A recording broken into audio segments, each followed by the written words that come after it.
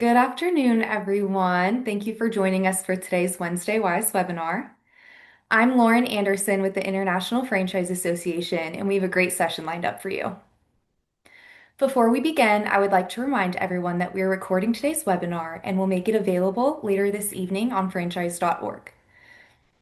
If you have any questions for today's speakers, please add them to the Q&A box and they will be addressed toward the end. Today's topic is how franchise brands can use SEO, GEO, and digital PR to drive local visibility and revenue, and it is brought to us by Location 3. Here to provide today's discussion is Alex Porter, Josh Allen, and Michelle Crowley. Thank you all for joining us today, and thank you to Location 3 for sponsoring today's webinar. I'll go ahead and turn things over to you. Awesome. Thank you so much, Lauren. Thank you to everyone who is logging on here. Good morning, Beaverton, Oregon. We see you signing on. Thanks for joining us here today. On behalf of everyone at Location 3, we hope you are having a wonderful summer season thus far. My name is Josh Allen. I'm the Vice President of Marketing here at Location 3. It's great to be back since we last presented to you all in April, for those who were able to join then, and some new folks here joining today. So also joining me, as Lauren mentioned, are my colleagues, Michelle Crowley, our Chief Growth and Strategy Officer here at Location 3, and Alex Porter, our CEO. So they're going to be doing most of the heavy lifting today. With that in mind, I'm going to turn it over to Alex to get us started. Alex, take it away. Awesome. Thanks, Josh. Alex Porter, CEO of Location 3. I'm coming at you from our new Denver offices. We just moved recently, so if you're ever in the Denver area, we'd love to host you. Very glad to have everyone here. It's always an honor to speak to this amazing franchise community, and we take that responsibility very seriously. On that note, I would be remiss not to mention that just yesterday, the American Franchise Act was passed by the Education and Workforce Committee, and it has been advanced to the next stage. I am the chair of the Government Relations Committee for the Supplier Board, so it's my responsibility to champion education around this act, and most importantly, promote the IFA Advocacy Summit in DC coming up September 14th to the 16th. So if you're on this call, or if you listen to it later and you or someone from your organization can attend, we'd love to get franchisees there. They have a great opportunity to speak directly to the representatives in the Congress and Senate. So that is of utmost importance for us to protect the franchise business model. So a quick pivot there. The franchise business model's biggest strength, which is its members and its franchisee, is also its biggest opportunity in this changing world of digital marketing. Harnessing the power of all of your locations is a tremendous advantage in digital marketing. So I wanted to start off by just being really direct about what the session is and what it isn't. This is not going to be a theoretical overview of where AI search is heading someday. This is a practical playbook for right now, for what your brands need to do right now, this quarter, this week. If you were with us in April, it was pretty theoretical. There was a lot of new things happening in the world of AI overviews, and it was a lot of, this is what we think, this is what we're seeing, this is what might happen. Since then, we've had some major updates. Google announced its biggest changes to search in 25 years at Google Marketing Live in May. And these changes are not future state. They are live. They are affecting your business today. And they're creating a competitive window for franchise brands that move first and move first well. So here's how we're going to spend the time today. Michelle is going to walk you through the system, what's changed, what it means, and what to do about it, both at the brand and the location level. Josh will close with a playbook that you can take away today, and then we'll jump into your questions.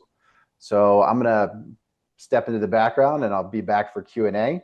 Please drop your questions as we go, and we'll get to as many as we can. So let's get into it, Michelle. Sounds great. Thanks, Alex. All right, let's get right into it and make it real. Imagine two locations in the same market, same brand, same services, same national marketing investment behind them.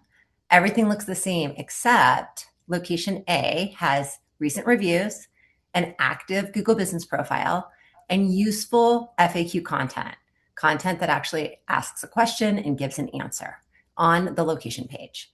AI understands it, validates it, and cites it. Location B has tons of reviews, but they're old. They're not recent.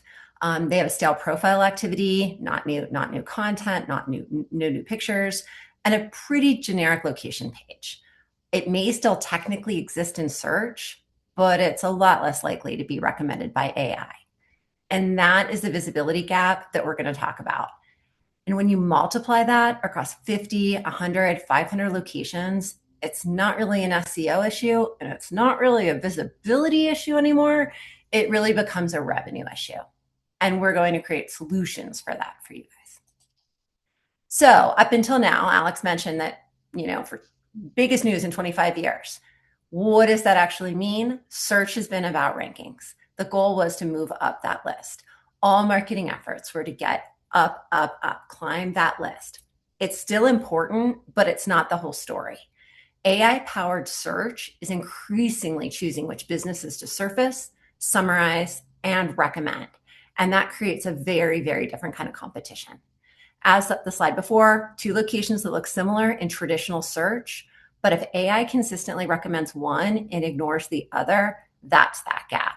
So for franchise brands, that's the key implication.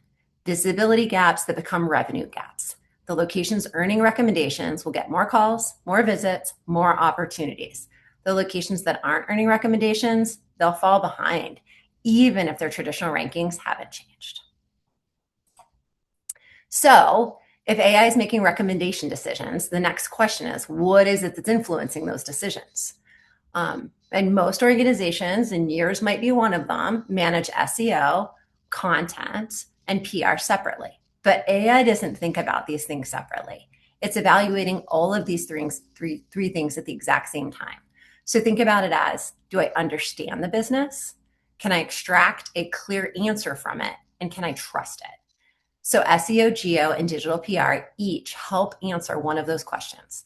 And together, they create the signals that influence whether a location gets cited or ignored. The rest of this webinar is about how to strengthen those signals. And that's why all 3 of these things need to work as one system, because they're all inputs into the same recommendation decision. So if those are the 3 inputs into an AI recommendation, let's start with the first one. Can AI actually understand the location page? So most franchise location pages were built to rank. They were not built to be cited. They often use long-form marketing copy, repeated templates, and generic service language. That is readable to a person, but it's not easy for AI to extract a direct answer from it. So moving from not easily citable to citable means developing FAQ content that leads with a question and has an answer. And schema, which in very simple layman terms is the back-end pieces that allow AI to read it. So it's robot language. And it solves a very specific problem. They make the page easier for AI to understand, for AI to structure, and it to cite. So the business implication is simple. If AI cannot clearly understand and read what a location offers, where it operates, and how to answer a question, it won't recommend that location. So the good news is this isn't something you need to solve location by location. This is exactly where franchisors have an advantage and where the franchise model becomes incredibly powerful. An independent business can optimize one location. A franchisor can build the infrastructure once and improve an entire network. So that includes location page structure, FAQ content, schema, GVP standards, review programs, and measurement. So that's why I think about the work as an infrastructure, not a set of one-off tactics. And the advantage is not one optimized location. The advantage is a stronger system that raises the floor for every single location. So once AI can understand your business, the next question becomes, is this location active and current? So your Google business profile used to be treated like a listing. Name, address, phone number, hours, set it up, move on. And that's not enough anymore. GBP is one of the clearest signals AI can use to understand whether a business is open, active, accurate, and current. So photos, services, hours, reviews, responses, and posts all matter because they tell AI whether this is a live, maintained business. So franchise systems, the risk is inconsistency. Some locations are active, others are stale, and that inconsistency creates visibility gaps. The opportunity is centralized standards, one process with stronger signals across every location. So to that point, before we move on, I'm going to pass this over a little bit to Lauren. I'm curious for a poll. I'm curious how many of you actually have a clear owner for GPP quality today. So in the poll, and I can't see because of the webinar, so hopefully it's popping up. Who owns Google Business Profile quality across your system today? Can you guys all click in here and say whether it's corporate marketing, franchisees, agency partners, or no clear owners? And I'll give you just a minute to do that. A little less than a minute. So while you're filling it out, why this matters is because, as I said earlier, it's no longer just an operational detail. It is part of local visibility and probably one of the most important parts. It is a foundational part of making sure that AI knows that you're open. If the ownership on who does this is unclear, standards tend to be very inconsistent. And when standards are inconsistent, AI visibility becomes inconsistent as well. So thanks for filling out the poll. All right, so no matter who owns it, one of the strongest signals flowing through are reviews. The key point here is that AI is not just looking at ranking. It's not just looking at 4.7 stars or 4.5 stars. It's looking at activity and recent activity. So a location with hundreds of old reviews may look strong on the surface, but if there's been no recent customer activity, the signal is weaker. So a location with fewer reviews but consistent recent activity may look more relevant and more current to AI. Recency, volume, response activity, and ongoing engagement all help AI understand whether a business is active today. So for franchise brands, review generation cannot be treated as optional. It needs to become a system standard. So it's laborious to fill these out, to go back and to get your reviews and to actually respond to reviews, but it could not be more important to a local business owner. So the good news is you don't need a massive initiative to start improving your signals. For everybody on this call, I want to make sure you leave with something you can act on today. 4 very, very specific things. If you take only one slide back, this should be the one. So start with asking every satisfied customer for a Google review this week.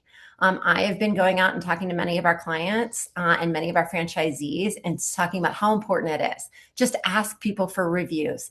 This will be so critically important, and reply to all of them. Reply to every existing review, even old ones. It might feel a little weird. It might even feel a little inauthentic to go back 6 months, 9 months, 12 months and respond to them. But do respond to all of them. And respond to them in your authentic brand voice. Be a human. People like people. And AI does look for authentic signals. So definitely reply to all of them. And then add 15 photos to your GBP. That is really, really important to do. And those photos can be anything from a picture of your parking lot so that people know where to park. They can be, it can be a pushed out promotion that is network wide. It can be incredibly specific. It can be something in engagement with a customer. Add those photos. And finally, the fourth thing is make sure that those location pages have frequently asked questions. Those are the 4 things to do this month to really, really, really make sure that you're building signals that AI can actually see. So everything we've talked about so far lives on properties that you control: your location pages, your GBP, your reviews, your responses. This next signal is different. This is all about digital PR because it's about what other people are talking about your brand, what other people are talking about your locations. It is what's building validation in what is called in marketing terms authority. When you hear that word authority, that's what it's talking about. Everybody is talking about on their own webpage how great they are, that they're trusted, that they're local, that they're experienced, that they're reliable, but AI needs a third-party confirmation.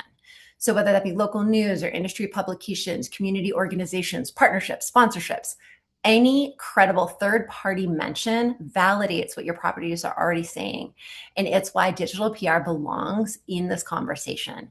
So everything old is new again in marketing. And PR has undergone so many reasons why it's important. But the real reason why it's important today, so critically important, is because you can get everything right. But if nobody else out there is validating that what you've said is accurate, AI is not going to treat it as great of a signal. It's going to go out there and look for those authority signals to help you rank higher. All right, so the fancy chart that really shows how this is a compounding system is really because when you're looking at paid, it often stops when the budget stops. And that's why what we're talking about right now is a system instead of a checklist, because it doesn't stop. It continues to build and behave differently. It compounds on each other. So structured content makes it easier to earn citations. Citations create more customer activity. Customer activity creates reviews. Reviews and third-party validation strengthens authority. Authority makes future recommendations easier to earn. Every single review earned, every single FAQ that's indexed, your citation one, an authority signal that's built, compounds over time and creates your visibility advantage. And that inherently is the strategic value. The system will get stronger the longer it runs. If you guys start today and start now, your competition will have to work a lot harder to catch up. So if the system compounds, the obvious question is, how do you know if it's working? So for the first time, we can start measuring AI visibility directly. Google has a new AI reports and search console that shows which pages are being surfaced in AI-powered results.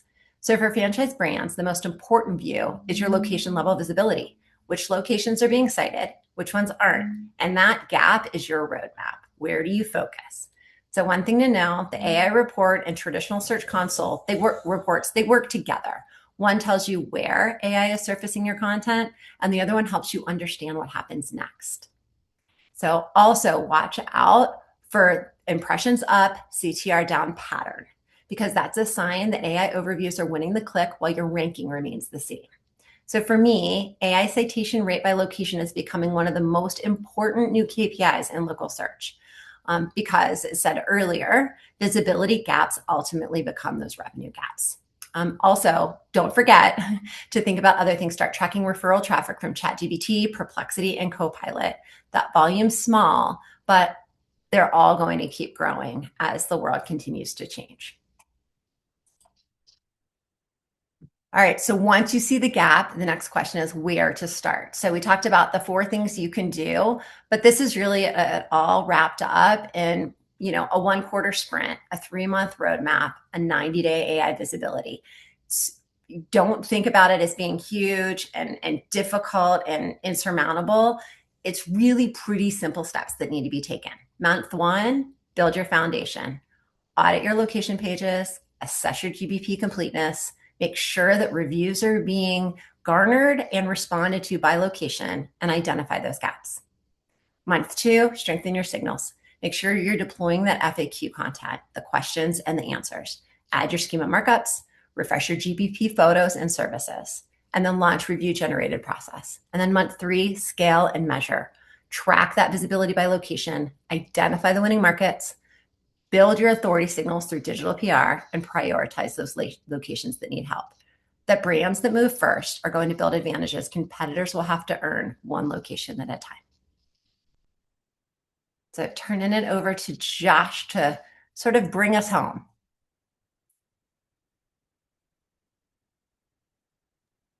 Thanks, Michelle. As we think about kind of shifting how we take some of these takeaways back to our teams, we wanted to leave you with 3 specific questions that give you an opportunity of really where to start tactically with some of the things that Michelle shared here today. So first and foremost, can AI actually read those location pages that are in existence? And more importantly, extract the answer to those customer questions, queries, and prompts?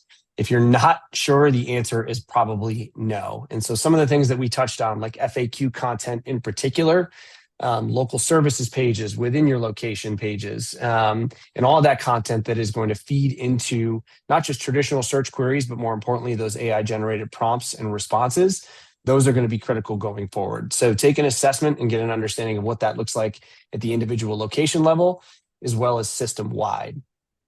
The second piece, are your franchisees generating those recent reviews and maintaining active GBP profiles where applicable, whether that's photos or otherwise? And is there a system standard, not just merely a suggestion? Hey, we think you should do this because it's impactful. So we kind of provided some tips and takeaways that can be implemented at scale. This is incredibly critical for any franchise or multi-location business going forward in that Google environment.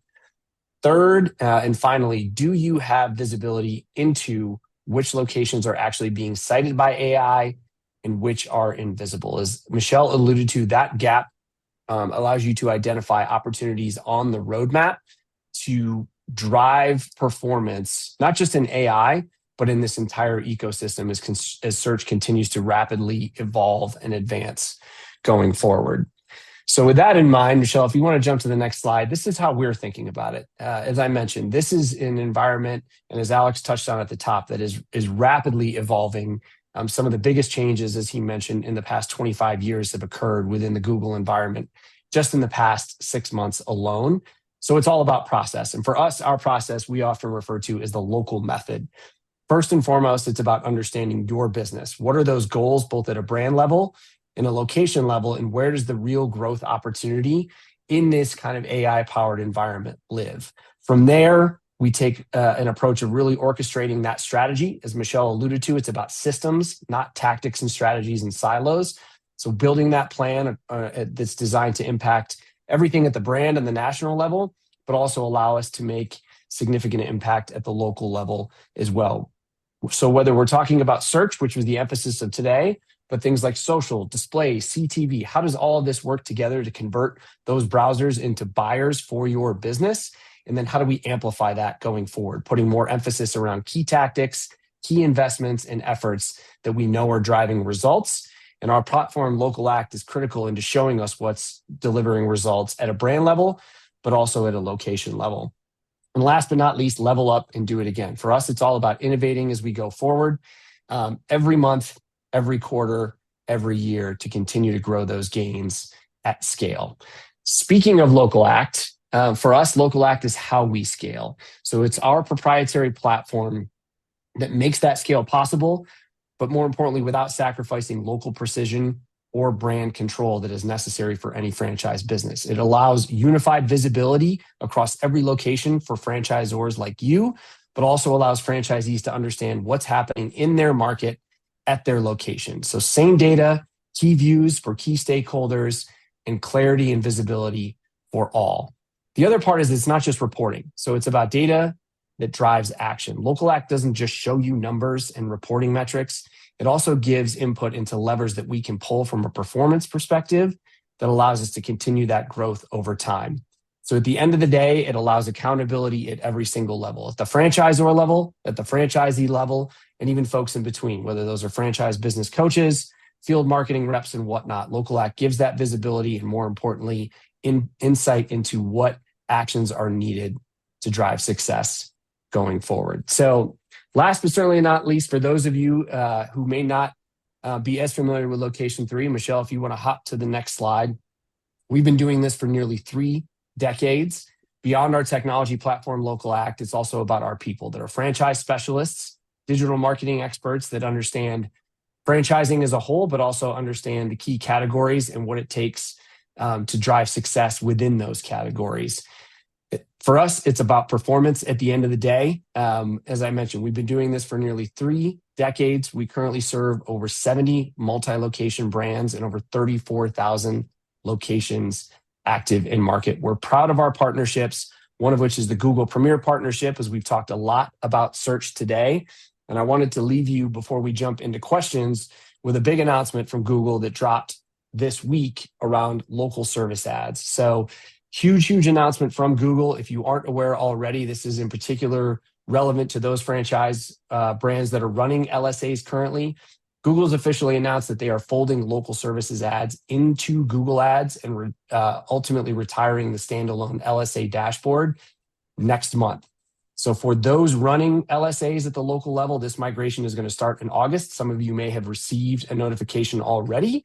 There are select categories around things like pest control and appliance repair that will start first, but this will also expand throughout the end of the year and reach all remaining categories in 2027. So you will get notifications for account admins.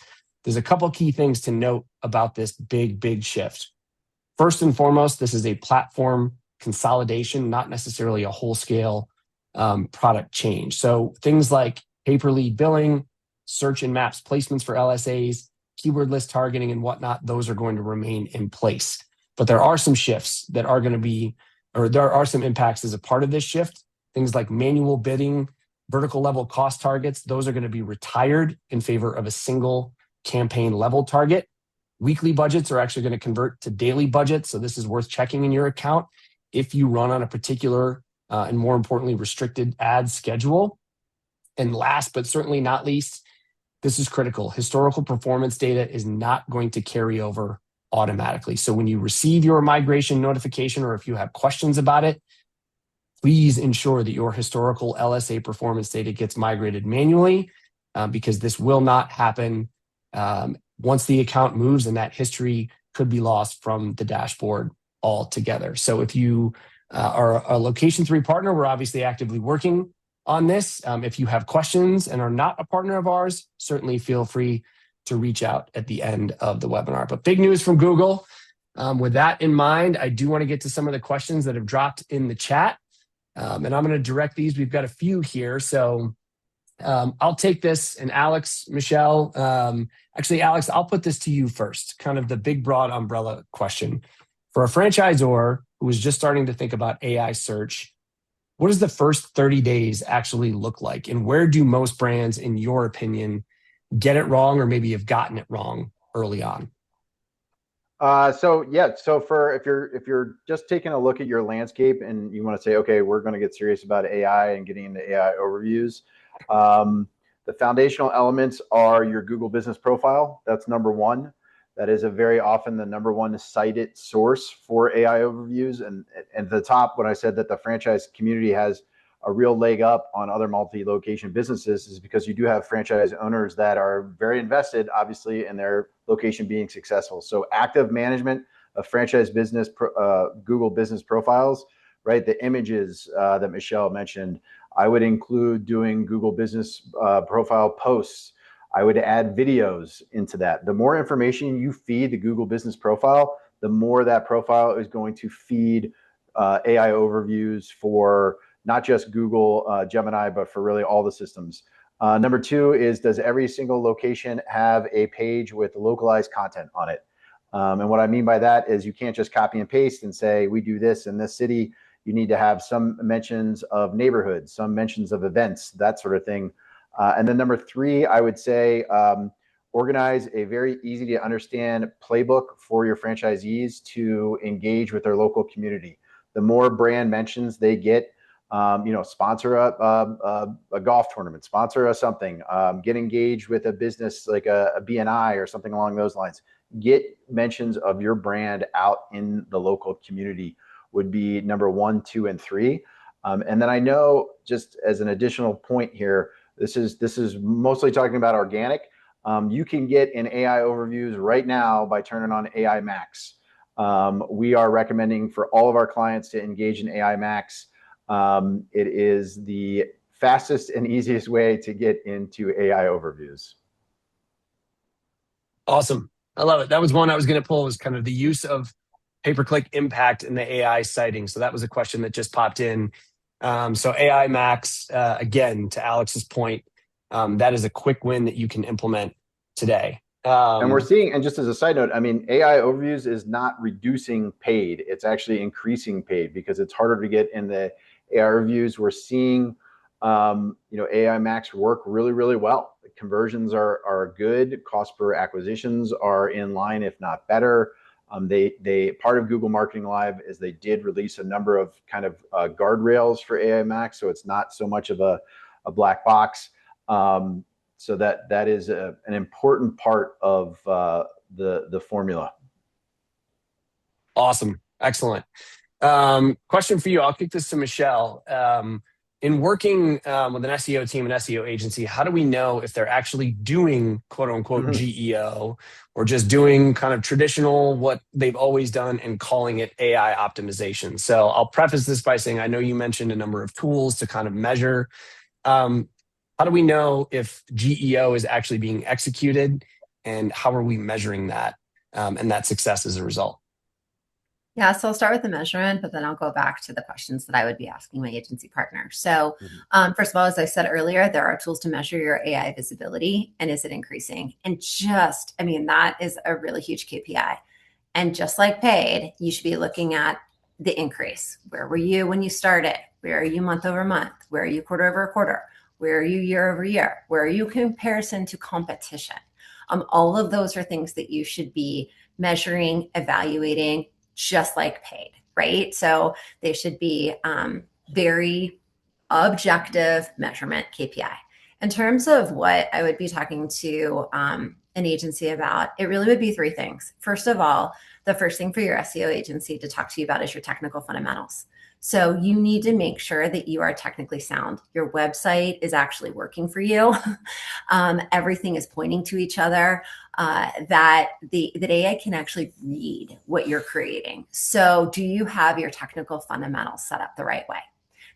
If you can create content at scale, but if you do not have your technical fundamentals set up right, like I said, robots talk to robots.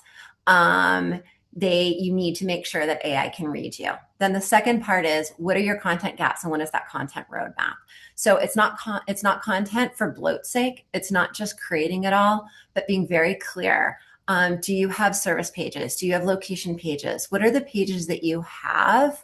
And what is it that you actually need? And then finally, what are they doing from an authority standpoint?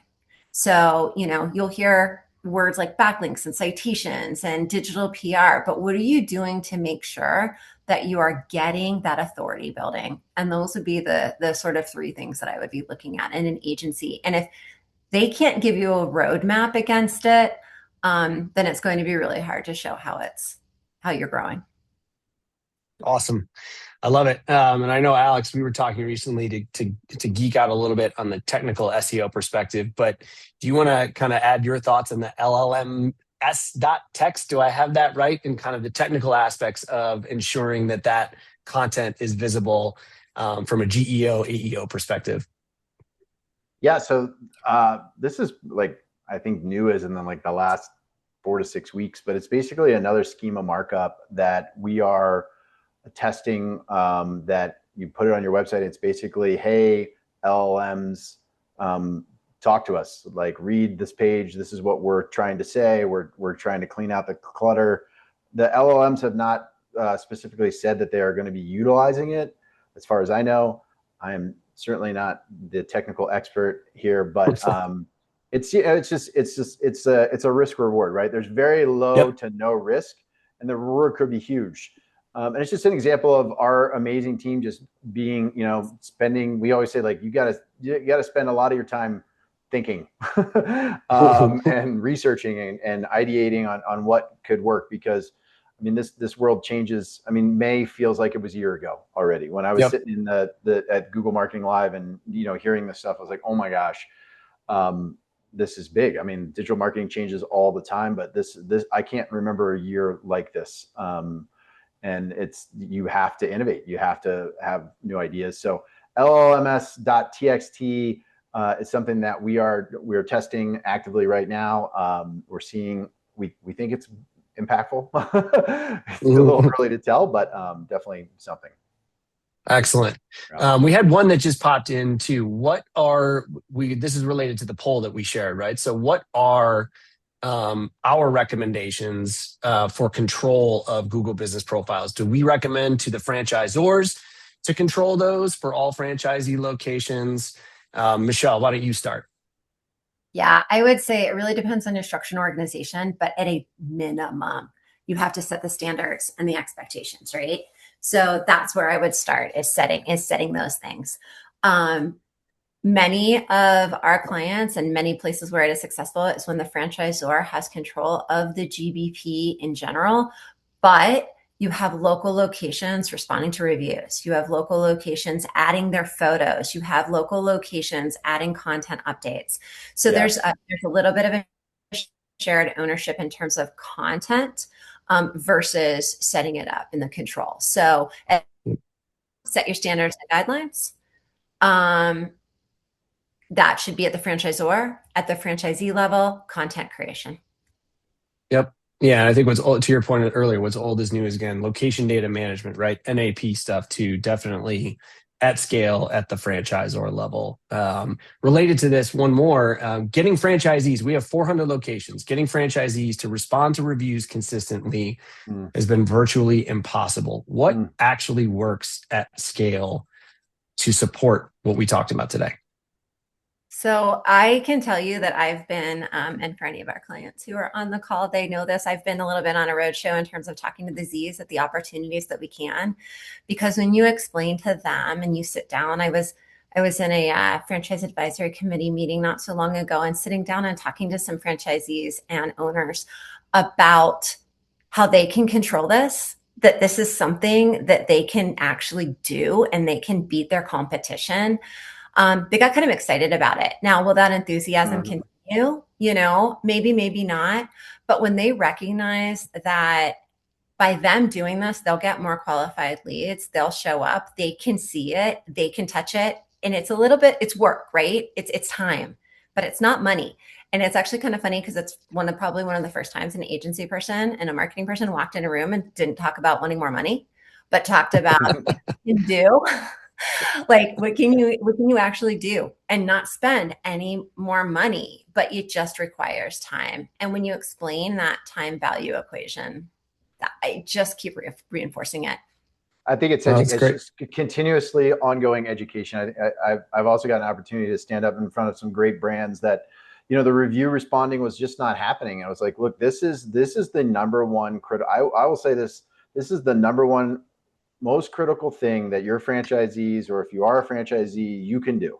Like you have to do it. This would be like you walking up to somebody in the street and them saying, hey, I don't know, I like your hat. And you just stare at them. Like, it's just weird. It's just weird. It's weird.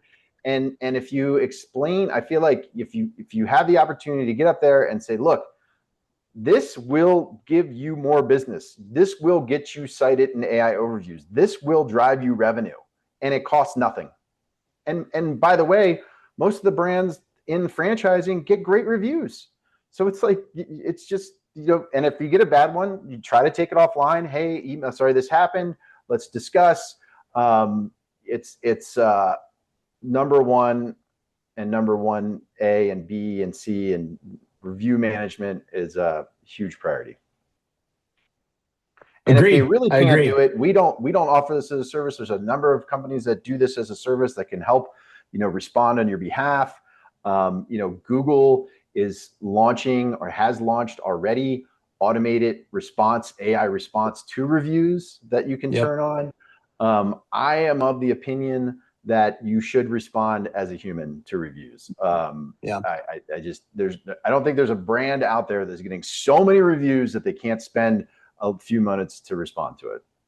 Yep. Yeah, and the authenticity is key, and even Google will continue to reinforce that message on the paid front, right? Because we do have to invest. One question that came in is, we've been investing heavily in paid search for a long time. How does what you're describing today relative to this kind of systems approach to AI, how does that change the role that paid media, not even just paid search, plays in our overall marketing mix going forward? Michelle, I'll start with you. Yeah, and you've heard me say this many times. So paid search is gasoline. And when you throw gasoline onto, dry, cold concrete, it might ignite, it might combust. But when you throw gasoline on top of like embers and coals that are burning hot, the more red and hot those coals are, the more it's going to explode. And that's this compounding system in a nutshell. When you have that engine going and you have all of these fundamentals at play, it will make your paid work harder for you. It will make it so much more efficient. So the answer is yes, do both, but having them both together, that's the secret sauce. Yep. And I would just like to, whenever I talk to anyone about digital marketing, all of these platforms make their money from paid. So while we talk about organic and we want to get as much traffic and quote unquote free traffic as we can, Google's earnings report continues to do better and better and better. So paid is never going away, and it will be a part of it. Now, maybe you could pull back some of your spend or diversify some of the spend into other channels, but paid will always have to be a component of any solid digital marketing plan. Yep. Yeah, I agree. Or I won't have a job. I'll put it up. Well, in the AI Max, I think to your point, quick Right. wins for search in particular, because there was a question around search. AI Max is a quick win that I know we've seen tremendous success with across the board. So just wanted to underscore that. One more, keep them coming if you have them in the chat window. But this one is around digital PR. So we talked a little bit about digital PR as the extension of kind of that SEO, GEO content strategy. Can you give some realistic use cases for local digital PR and local press that would be applicable to any franchise location? So I don't know if Alex or Michelle, if one of you want to take that first. Sure. Yeah. I mean, digital PR is, I've always been explaining that PR is, marketing is you telling somebody you're good, and PR is somebody else telling you that you're good or the right fit. So when we look at it from a digital PR perspective, it's really about getting your brand mentioned on other outlets. So maybe that's, the local publication, your local radio, that station that will put stuff on digitally on TV at other events. Whether that is working with a digital PR agency that can do this nationwide, but at a local level, or engaging with folks locally.